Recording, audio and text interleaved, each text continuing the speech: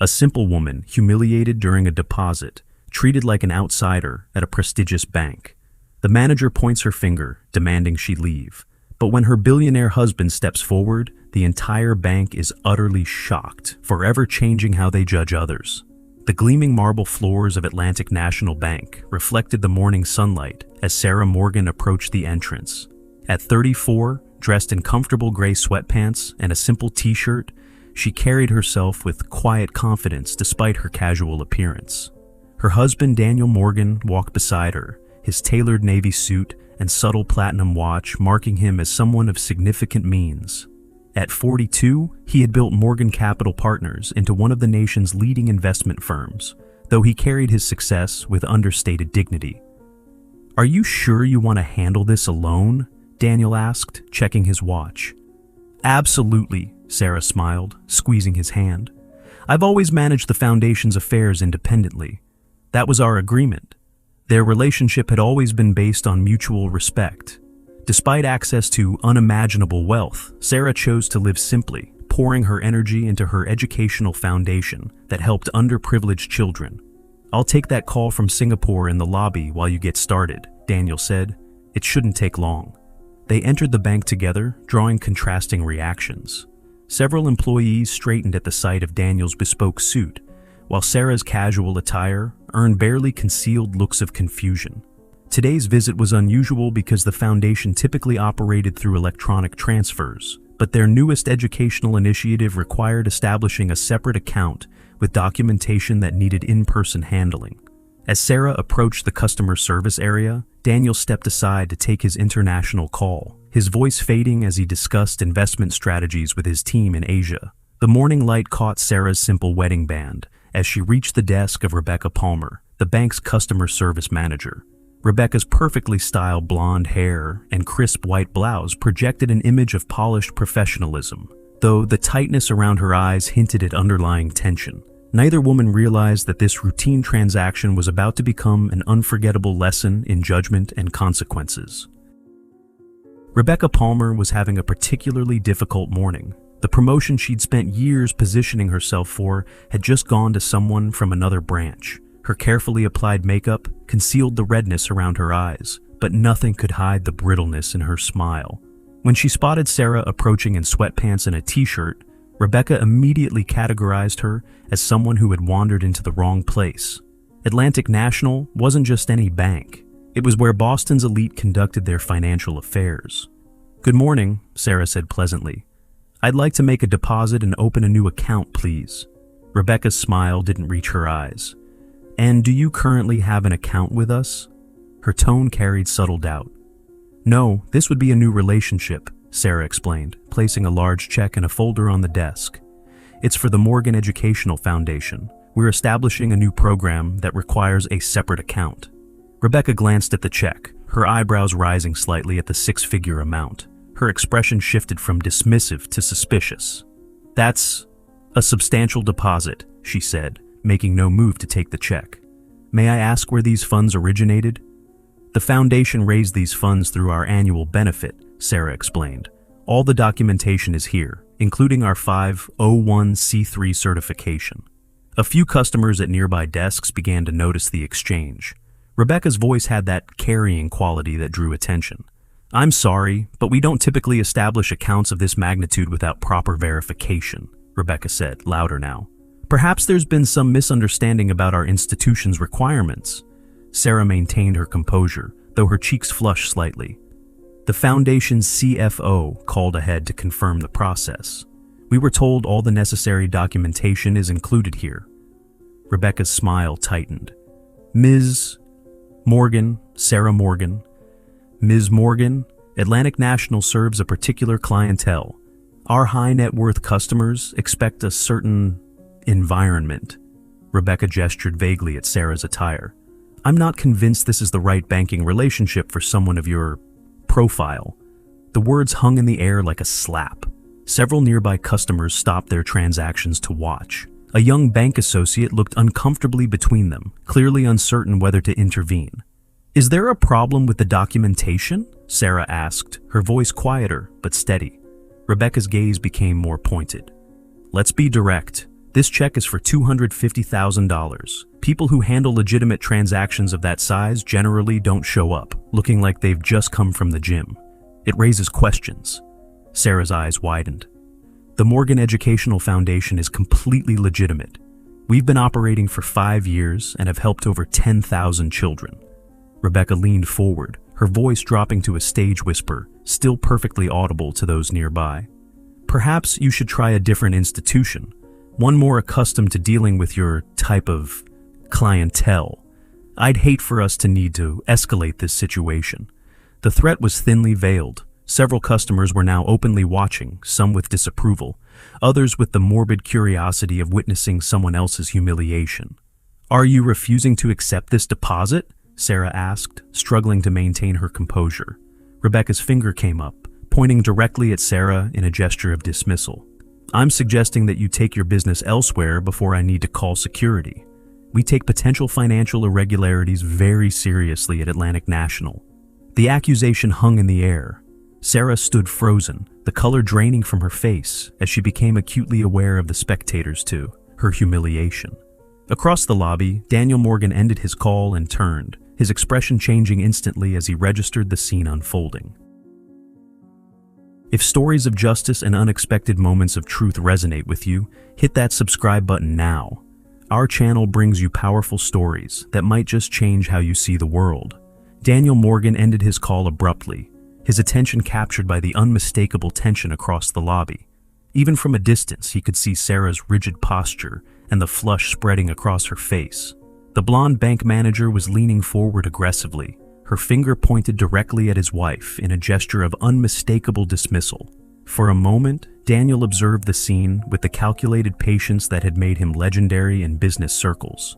His eyes narrowed as he registered the public humiliation being inflicted on Sarah, the woman who had spent years pouring her heart into helping underprivileged children who deliberately chose to live simply despite having access to unimaginable wealth.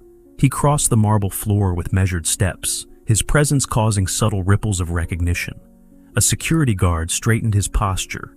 A bank associate did a double take. Daniel heard fragments of Rebecca's words as he approached. "Clearly not the type of client this institution caters to. Suggest you take your supposedly charitable donations elsewhere." Sarah caught sight of Daniel, relief washing over her features. Rebecca, too engrossed in her power play, remained oblivious to his approach. "Is there a problem here?" Daniel asked, his voice quiet but carrying unmistakable authority. Rebecca turned, irritation flickering across her face at the interruption, an expression that froze mid-formation as she registered the impeccably tailored navy suit, the subtle platinum watch, and the air of absolute confidence that no amount of money could purchase. Rebecca began, her customer service smile snapping back into place. "Sir, I'm handling a situation with this person. Perhaps one of our other associates can assist you." Daniel's expression remained neutral as he stepped beside Sarah, placing a gentle hand on her shoulder. "I believe you're handling a situation with my wife." The words hung in the air like a thunderclap before silence. Rebecca's face underwent a remarkable transformation. Confusion, followed by dawning recognition, culminating in an expression of pure horror as the implications cascaded through her mind. "Your wife?" she repeated, her voice suddenly an octave higher. "Yes," Daniel confirmed. "Sarah Morgan, founder of the Morgan Educational Foundation." He gestured to the check on the desk. "I see she's making the deposit for our new literacy program."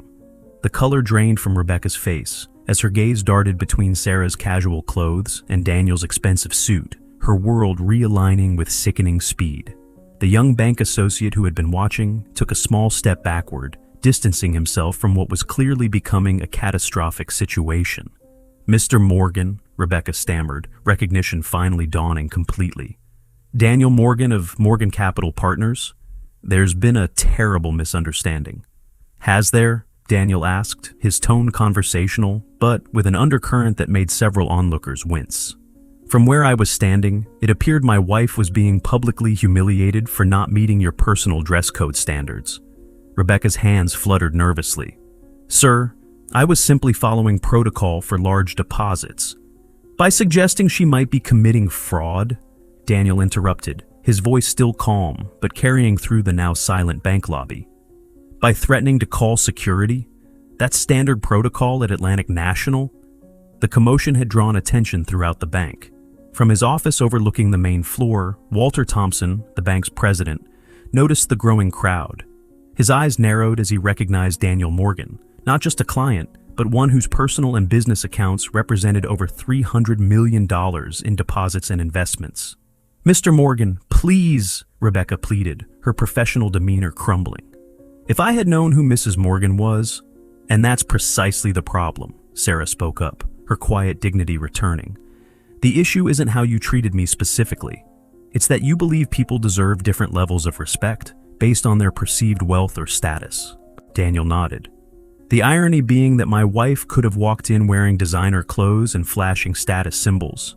She chooses not to because she believes character matters more than appearances." A murmur rippled through the gathered spectators. Several nodded in silent agreement. "What's happening here?" The authoritative voice cut through the tension as Walter Thompson approached, his expression shifting from professional concern to recognition. "Mr. Morgan, this is an unexpected pleasure." "Walter," Daniel acknowledged with a slight nod. "I wish I could say the same. Unfortunately, my wife has just been subjected to treatment that I find difficult to reconcile with our 15-year banking relationship." Thompson's gaze darted between Sarah, Daniel, and Rebecca, whose complexion had taken on an ashen quality. His expression made it clear that the consequences of this encounter would extend far beyond this moment, transforming not just one career, but potentially the culture of an entire institution. The glass walls of Walter Thompson's office did nothing to contain the intensity unfolding within. Rebecca Palmer stood with her shoulders drawn back in a posture of defensive dignity that belied the trembling of her clasped hands. Thompson's usually measured gestures had given way to emphatic movements that punctuated his words with unmistakable gravity. Throughout the bank, conversations hushed as covert glances tracked the unfolding drama. Meanwhile, Thomas, the young associate whose silent discomfort had been evident during Sarah's humiliation, stepped forward with quiet purpose. "Mrs. Morgan, if you'll allow me, I'd be honored to complete your foundation's account setup," he offered, his voice carrying a gentle respect that stood in stark contrast to Rebecca's earlier dismissiveness. As Thomas processed the paperwork with meticulous care, he hesitated before adding, "Your literacy program helped my younger sister last year. She struggled with reading her whole life until she found your resources." Sarah's expression softened with genuine interest. "What's her name?" "Lily," he replied, a hint of pride warming his voice. "She read an entire book by herself last month. My parents couldn't stop crying."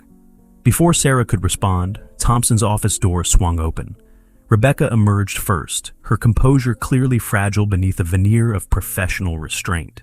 The redness rimming her eyes betrayed emotions that her rigid posture attempted to conceal.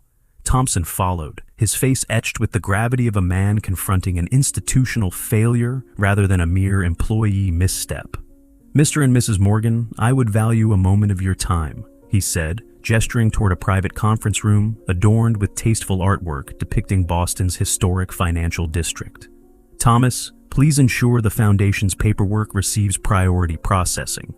Once the heavy mahogany door closed behind them, Thompson took a deliberate breath before speaking.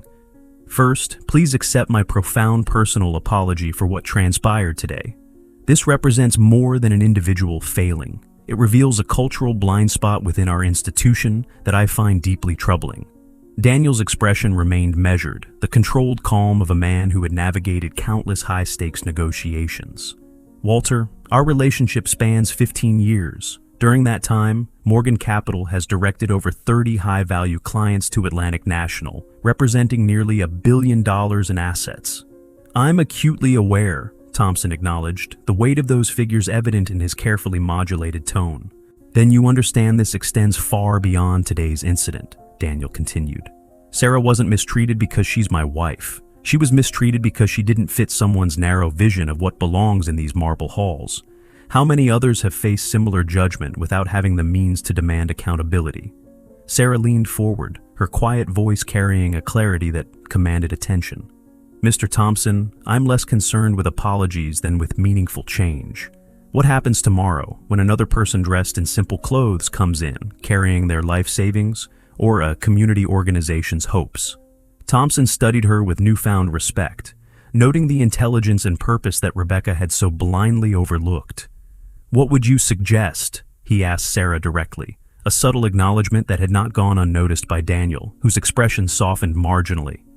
"Institute comprehensive bias training for every staff member," Sarah replied without hesitation.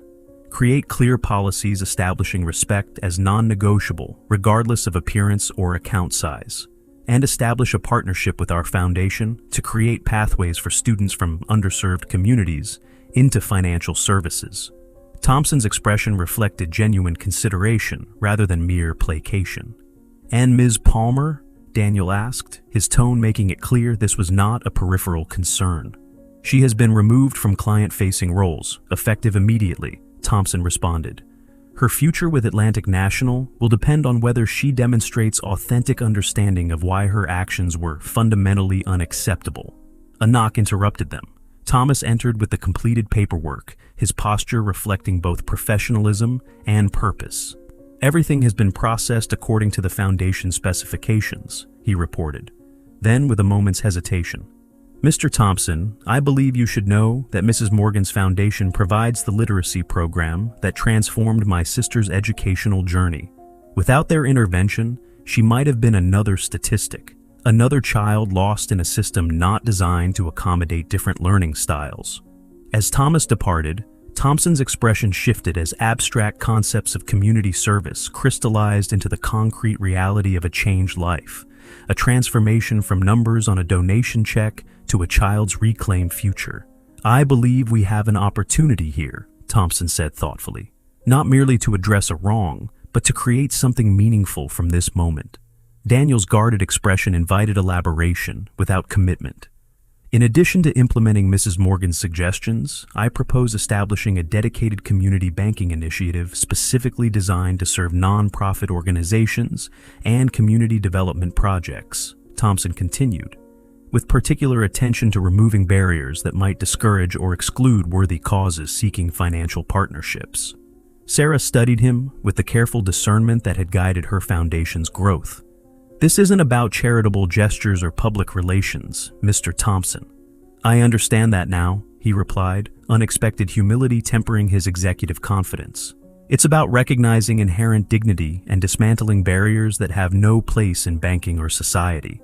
In the lobby, a scene of quiet reckoning unfolded. Rebecca Palmer gathered her personal items, her movements mechanical as she processed the consequences cascading from what she had dismissed as routine judgment.